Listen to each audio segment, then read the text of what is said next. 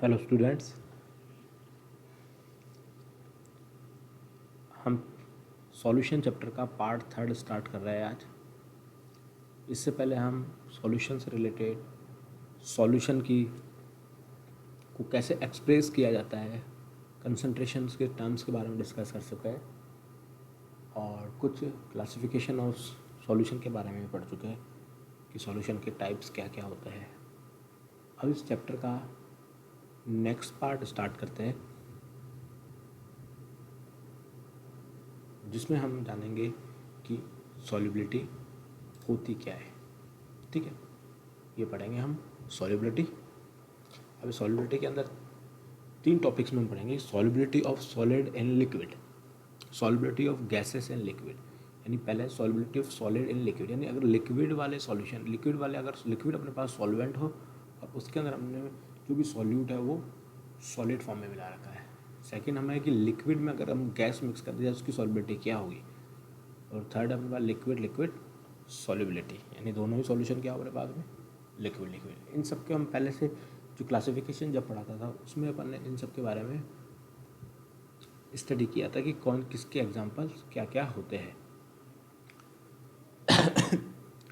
ठीक है, जैसे हमने लिक्विड इन सॉलिड, यानी सॉलिड इन लिक्विड, लिक्विड के अंदर अगर हम सॉलिड सब्सटेंस जैसे शुगर मिला दे, NaCl मिला दे, तो इसका एग्जांपल हो गया। सेकेंड है कि गैसेस इन लिक्विड, कि लिक्विड के अंदर गैसेस मिल जाए, जैसे अपने पास में कोल्ड ड्रिंक्स के अंदर जो हाई प्रेशर के अंदर कार्बन डाइऑक्साइड फिल होती है, तो ये इसका एग्जांपल हो गया।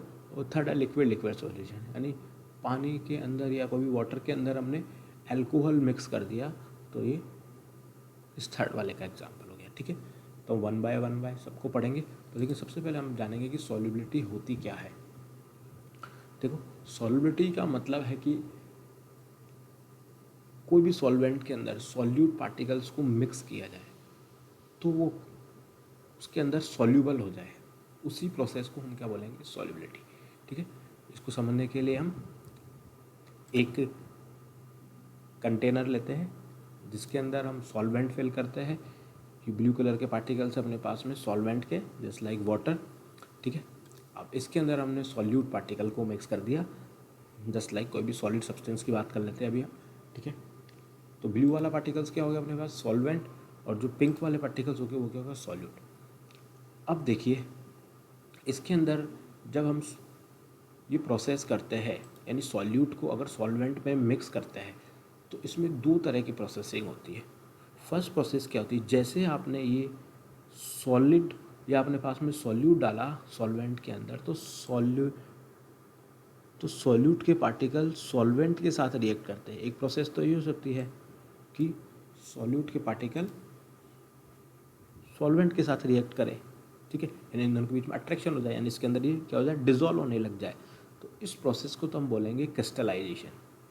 ठीक है, इसको हम क्या बोलेंगे, सॉरी, डिजोलेशन, इसको बोलेंगे हम डिजोलेशन, डिजोल्यूशन। Okay, dissolution.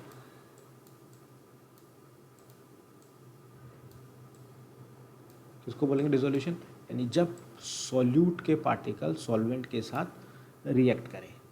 ठीक है, उस प्रोसेस को क्या बोलेंगे, डिजोल्यूशन। अब सेकंड प्रोसेस ये भी हो सकती है कि सॉल्यूट के पार्टिकल आपस में ही रिएक्ट करें। ठीक है, सॉल्यूट के पार्टिकल आपस में ही रिएक्ट करें, तो उस प्रोसेस में सॉलिड यानी जो भी अपने पास है गैसेस मॉलिक्यूल, सॉलिड आपस में रिएक्ट कर गए और रिएक्ट करने के बाद में एक प्रेसिपिटेट बना देंगे, यानी वो सेपरेट आउट हो जाएंगे। तो इस प्रोसेस को हम बोलते हैं क्रिस्टलाइजेशन। क्या बोलेंगे, क्रिस्टलाइजेशन, क्रिस्टलाइजेशन। ठीक है, इसको हमने बोला क्रिस्टलाइजेशन। ठीक है, 2 प्रोसेस है, एक डिजोलेशन और एक क्रिस्टलाइजेशन। डिजोलेशन क्या होगा, जब सॉल्यूट के पार्टिकल सॉल्वेंट के साथ मिक्स करें और सॉल्यूट के पार्टिकल सॉल्यूट के साथ आपस में कोलाइड करें, यानी टक्कर करें, तो उस दौरान जो प्रोसेस होगा उसको बोलेंगे क्रिस्टलाइजेशन। यानी अपने पास में डिजोल्यूशन, जब सॉल्यूट सॉल्वेंट के अंदर मिक्स हो जाए डिजोल्यूशन हो जाएगा और सॉलिड आपस में टकरा जाएंगे, तो क्रिस्टलाइजेशन।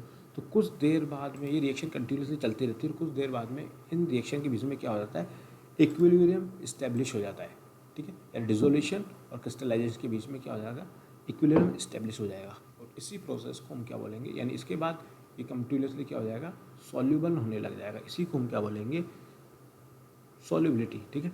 जो डिसॉल्व हो गया पूरी तरह डिसॉल्व हो गया तो हमने बोल दिया कि ये सॉल्यूबल हो गया। ओके, इसको हम कैसे डिफाइन करते हैं ये पढ़ते हैं।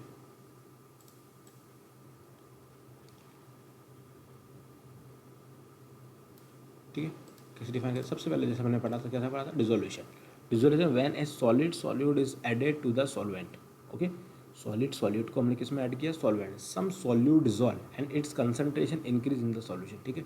अब ये क्या करेगा कि सॉल्यूट पार्टिकल सॉल्वेंट के अंदर डिसॉल्व हो गया और डिसॉल्व होने के बाद सॉल्यूशन की कंसंट्रेशन इंक्रीज करती, इसी को हम क्या बोलेंगे, डिसोल्यूशन, ठीक है, जो हम पहले पढ़ चुके हैं। उसके बाद जो सेकंड जो हमने टर्म पढ़ी थी वो क्रिस्टलाइजेशन। क्रिस्टलाइजेशन क्या होता है कि when solute particle in solution collide with solute, ठीक है। जो अपने पास में क्या है, सॉल्यूट के पार्टिकल है, वो आपस में क्या करेंगे, कोलाइड करेंगे विद द सॉल्यूट, ठीक है। आपस में ही वो क्या करेंगे, एक तरह से क्या करेंगे, कोलाइड कर लेंगे और उसके बाद वो क्या हो जाएगा, सेपरेट हो जाएंगे, यानी वो अलग हो सकते हैं, उनको वो डिसॉल्व नहीं होगा। उसी प्रोसेस को क्या बोलेंगे हम, क्रिस्टलाइजेशन। ओके, तो हमारे पास तो इन दोनों से ही अपने पास में क्या हो जाती है, एक डेफिनेशन आती है सॉल्युबिलिटी की। The solubility of liquid at any temperature is defined as the maximum amount of the solid in gram which can dissolve in 100 gram of the liquid to form saturated solution at the particular solution, ठीक है। यानी अपने पास में solubility किसको बोलेंगे, कि solubility of liquid any temperature, यानी किसी भी टेम्परेचर पर maximum amount of solid dissolve हो जाता है 100 gram of the liquid and form, क्या dissolve 100 gram of the liquid and form saturated solution, और उसको क्या बनाते हैं, एक सैचुरेटेड सॉल्यूशन बनाते हैं। इसी को क्या बोलेंगे, सॉल्युबिलिटी। ओके, तो इसी प्रोसेस को क्या बोलेंगे हम, सॉल्युबिलिटी। क्लियर है। अब एक नई टर्म आए अपने पास में, सैचुरेटेड सॉल्यूशन। तो हम कुछ ऐसे ही सॉल्यूशन किस तरह के को सैचुरेटेड सॉल्यूशन बोलते हैं उसके बारे में हम पढ़ते हैं कि इसी तरह एक क्लासिफिकेशन कर रखा है सॉल्यूशन का कि सॉल्यूशन होते क्या क्या है। ओके, सॉल्यूशन होगा ना, जैसे फर्स्ट है सैचुरेटेड सॉल्यूशन। सैचुरेटेड सॉल्यूशन को एग्जांपल लेते हैं कि मानो हमने एक कंटेनर लिया, कंटेनर के अंदर हमारे पास क्या है, पानी फिल कर रखा है हमने, ठीक है, एक वाटर फिल कर रखा है। अब इसके अंदर हम मानो कि हमने इसके अंदर सॉल्यूट के फॉर्म में हमने NaCl ऐड किया, NaCl यानी नमक को ऐड किया। और नमक ऐड होने के बाद कि एक लिमिटेड अमाउंट ऑफ NaCl इसके अंदर डिसॉल्व हो जाएगा, एक लिमिटेड अमाउंट ऑफ NaCl क्या हो जाएगा, इसके अंदर डिसॉल्व हो जाएगा। यानी मानो कि इस ग्लास या बीकर के अंदर 2 चम्मच या 3 चम्मच, मानो मैक्सिमम 3 चम्मच इसके अंदर डिसॉल्व हो सकती है, ठीक है, उससे ज़्यादा नहीं हो सकती। अगर 3 चम्मच डिसॉल्व होती है तो इस सॉल्यूशन को हम क्या बोलेंगे, सैचुरेटेड सॉल्यूशन, यानी अब इससे ज़्यादा नहीं वो डिसॉल्व हो सकती। तो क्या when solution in which no more solute can be dissolve at the same temperature and pressure is called saturated solution, ठीक है। यानी और ज़्यादा सॉल्यूट इसके अंदर डिसॉल्व नहीं हो सकता, एक लिमिटेड अमाउंट ऑफ सॉल्यूट इसके अंदर डिसॉल्व हो सकता है, उस सॉल्यूशन को हमने क्या बोला, सैचुरेटेड सॉल्यूशन। ओके, अब सेकेंड टर्म है अनसैचुरेटेड सॉल्यूशन, यानी हमने क्या बोला है, इसके अंदर 3 चम्मच डिसॉल्व हो सकती है। ओके, अगर अभी हमने स्टार्टिंग करी कि हमने इसके अंदर 2 ही चम्मच डाली है, 2 ही चम्मच डाली, तो 1 चम्मच और डाल सकते हैं इसके अंदर, 2 चम्मच डालिए, 1 चम्मच और डाल सकते हैं, यानी 2 चम्मच डालने के बाद की कंडीशन कि हम 1 चम्मच और डाल सकते हैं। तो उस कंडीशन में क्या होती है, ये इसको बोलेंगे अनसैचुरेटेड। देखिए, when solution in which more solute can be dissolve at the same temperature and the same pressure. Okay, कि उसी टेम्परेचर पर उसी सॉल्यूशन में हम 1 चम्मच और ऐड कर सकते हैं, तो इस कंडीशन को क्या बोलेंगे, अनसैचुरेटेड सॉल्यूशन। थर्ड टर्म है अपने पास में super saturated solution. Super saturated solution की बात करें कि जैसे हमने बोला कि इसके अंदर कितनी चम्मच फिक्स हो सकती है, कि 3 चम्मच से ज़्यादा नहीं घुल सकती, ठीक है, 3 चम्मच से ज़्यादा नहीं घुल सकती। लेकिन अब हमने क्या करा, 1 चम्मच और ऐड कर दी, यानी 4 चम्मच घुली। अब चौथी चम्मच जैसे डाले, हमने को पता है कि 3 ही चम्मच घुल सकती है, लेकिन एक चौथी चम्मच हमने NaCl की डाली तो वो नहीं घुल पा रही। तो इस कंडीशन में क्या हो जाएगा कि उस सॉल्यूशन को क्या बोलेंगे, जो नहीं घुल पा रहा वो क्या हो जाएगा, सेपरेट आउट हो जाएगा, यानी ऊपर की तरफ या नीचे जाके बैठ जाएगा। ठीक है, सेपरेट आउट हो जाएगा, नीचे चले जाएगा। तो उस कंडीशन को हम क्या बोलेंगे, super saturated solution containing more solute is present in saturated state. ठीक है, मोर सॉल्यूट इज प्रेजेंट, यानी ज़्यादा सॉल्यूट प्रेजेंट हो गया, उसी को क्या बोलेंगे हम, super saturated solution. Okay, clear है, समझ में आ गया। तीनों solution, saturated solution, unsaturated solution और सुपर सैचुरेटेड सॉल्यूशन। ठीक है, ये हमारे पास सॉल्यूशन के टाइप हो गए। अब हम पढ़ रहे हैं कि factor affecting solubility of solid in liquids, यानी सॉलिड को हमने लिक्विड में मिक्स करा तो कौन कौन से फैक्टर उस पर अफेक्ट करेंगे।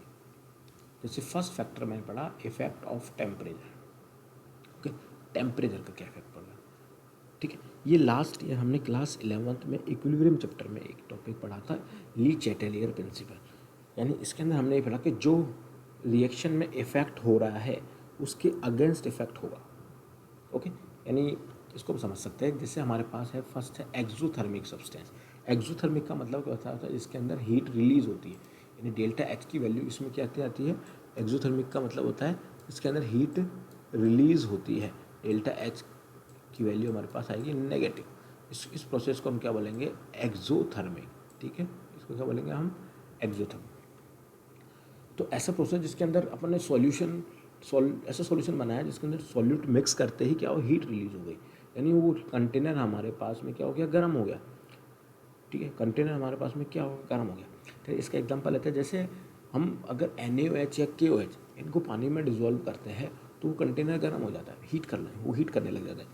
तो उसकी सॉल्युबिलिटी को इंक्रीज़ करने के लिए क्या करना पड़ेगा, हमें टेम्परेचर को डिक्रीज़ करना पड़ेगा। ठीक है, टेम्परेचर को डिक्रीज, यानी इसको हम ठंडा करें, जल्दी जल्दी उसको ठंडे पानी में घोले तो जल्दी घुलने लग जाएगा। कैसे हो जाएगा, इसलिए हमने बोले inversely proportional to temperature. Exothermic reaction जिसके अंदर हीट पहले से ही रिलीज हो रही है, अपन को क्या पड़ेगा, टेम्परेचर को कम करना पड़ेगा, तो वो ज़्यादा सॉल्युबल होगा। ऐसे नेक्स्ट की बात करते हैं एंडोथर्मिक रिएक्शन। एंडोथर्मिक रिएक्शन का मतलब हो गया कि जिसके अंदर हीट रिलीज नहीं हो रही, यानी जिसके अंदर डेल्टा एच की वैल्यू कैसी हो गई, पॉजिटिव, यानी जिसमें हीट पहले से ही बहुत कम है। ठीक है, जिसमें हीट पहले से ही क्या होगी, बहुत ही कम है, यानी वो ठंडा हो रहा है। तो ऐसी कंडीशन में क्या होगा, हमें क्या करना पड़ेगा, उसको घोलना पड़ेगा। जैसे पानी, नॉर्मल एग्जांपल लेते हैं, पानी है, पानी के अंदर अगर अपन NaCl को एक तो ठंडे पानी में घोले और एक गर्म पानी में घोले, तो आपको पता है कि गर्म पानी के अंदर NaCl जल्दी घुलने लग जाएगा। ठीक है, तो गर्म पानी में NaCl क्या हो जाएगा, जल्दी घुलने लग जाएगा, इसके कारण उसकी सॉल्युबिलिटी इंक्रीज कर जाएगी। इसलिए बोला कि एंडोथर्मिक रिएक्शन के अंदर डायरेक्टली प्रोपोर्शनल टेम्परेचर, यानी टेम्परेचर इंक्रीज करोगे तो सॉल्युबिलिटी इंक्रीज करेगी। ठीक है, तो क्या समझ में आया, एक्सोथर्मिक रिएक्शन क्या होगी, inversely proportional to temperature, endothermic अपने पास directly proportional to the temperature. ये हमारे पास इफेक्ट था किसका, टेम्परेचर का। ओके, अब हम नेक्स्ट इफेक्ट की बात करते हैं, effect of solute and solvent nature. ठीक है, जो हमने सॉलिड फॉर्म में जो सॉल्यूट ले रखा है और फॉर्म में जो सॉल्वेंट फॉर्म में जो हमारे पास में सॉल्वेंट ले रखा है उसका नेचर क्या है। ठीक है, जैसे आपके पास में आपको पता है कि फर्स्ट लाइन ही पढ़ लिखी है हमने, लाइक डिजोल्व लाइक। इसका मतलब क्या हो गया, इसको हिंदी में बोल सकते हैं हम कि समान समान में बोलता है, यानी सेम सेम के अंदर डिजोल्व हो जाता है। यानी इसका एग्जांपल हम लेते हैं, जैसे अभी जैसे हमने पढ़ा कि H2O, अब H2 क्या होता है, पोलर होता है। पोलर का मतलब इसके अंदर क्या होता है, अगर H2 के हम स्ट्रक्चर पढ़े तो कुछ स्ट्रक्चर ऐसा होता है इसका, इस पे चार्ज हो गया पार्शली नेगेटिव, इस पे चार्ज होता है पार्शली पॉजिटिव। ठीक है, ये हम जानते हैं ड्यू टू इलेक्ट्रोनेगेटिविटी। ओके, इस पे नेगेटिव चार्ज, इस पे पॉजिटिव चार्ज, पार्शली चार्ज, यानी इसके अंदर इसका नेचर कैसा हो गया, पोलर हो गया। पोलर का मतलब इसके पास दो पोल बन गए, एक पॉजिटिव पोल और एक नेगेटिव पोल। तो हमने क्या बोला इसको, पोलर सॉल्वेंट।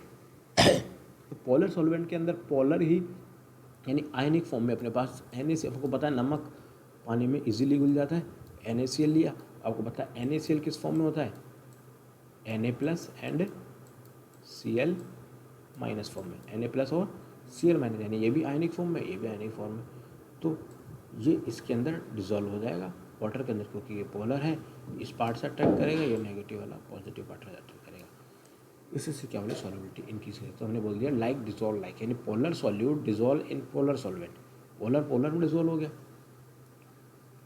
जबकि हम पानी के अंदर अगर हम बेंजीन डालें तो वो डिजोल्व नहीं हो पाएगी, क्योंकि बेंजीन क्या होता है, नॉन पोलर सॉल्यूशन। बेंजीन हो गया है, CCl4 हो गया है, ये सारे नॉन पोलर के एग्जाम्पल है। क्लियर है? तो ध्यान रखना कि पोलर पोलर में डिजोल्व होगा, नॉन पोलर में डिजोल्व होगा। ये क्या हो गया, सॉल्यूट और सॉल्वेंट के नेचर, सॉल्यूट और सॉल्वेंट का नेचर। अब थर्ड है इफेक्ट ऑफ प्रेशर। आपको पता है अगर पानी के अंदर हम कोई सॉल्यूट जो सॉलिड फॉर्म में उसको डिजोल्व कर रखा है, तो उस पर हम कितना भी प्रेशर डिजोल्व करें, प्रेशर डालें, तो उस पर कोई इफेक्ट नहीं पड़ेगा, क्योंकि सॉलिड किस फॉर्म में है, सॉलिड फॉर्म में है। ओके, तो ये हमारे पास में effect of pressure, temperature and solute and solvent के नेचर है।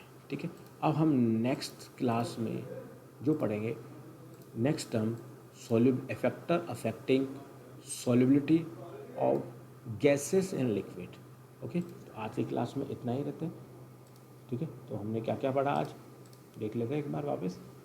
सॉल्युबिलिटी के बारे में पढ़ा, सॉल्युबिलिटी के डिसोल्यूशन के बारे में पढ़ा, डिसोल्यूशन क्या होता है, क्रिस्टलाइजेशन क्या होता है, यानी डिसोल्यूशन पानी में अगर जो सॉल्यूट के पार्टिकल सॉल्वेंट के साथ रिएक्ट करते हैं डिसोल्यूशन, सॉल्यूट के पार्टिकल सॉलिड से रिलेट करते हैं क्रिस्टलाइजेशन। इन दोनों के प्रोसेस में इक्विलिब्रियम एस्टेब्लिश उसको बोलते हैं सॉल्युबिलिटी। फिर हमने सैचुरेटेड सॉल्यूशन के बारे में पढ़ा, अनसैचुरेटेड सुपर सैचुरेटेड सॉल्यूशन के बारे में पढ़ा। ठीक है, फिर उसके फैक्टर इफेक्टिंग। ठीक है, आज के लिए इतना ही पढ़ते हैं, बाकी नेक्स्ट क्लास में करेंगे। इन टॉपिक्स को अच्छी तरह से तैयार कर लीजिए, क्योंकि सारे इनसे रिलेटेड जो भी क्वेश्चंस आते हैं वो कॉन्सेप्चुअल क्वेश्चंस आते हैं। Okay, thank you.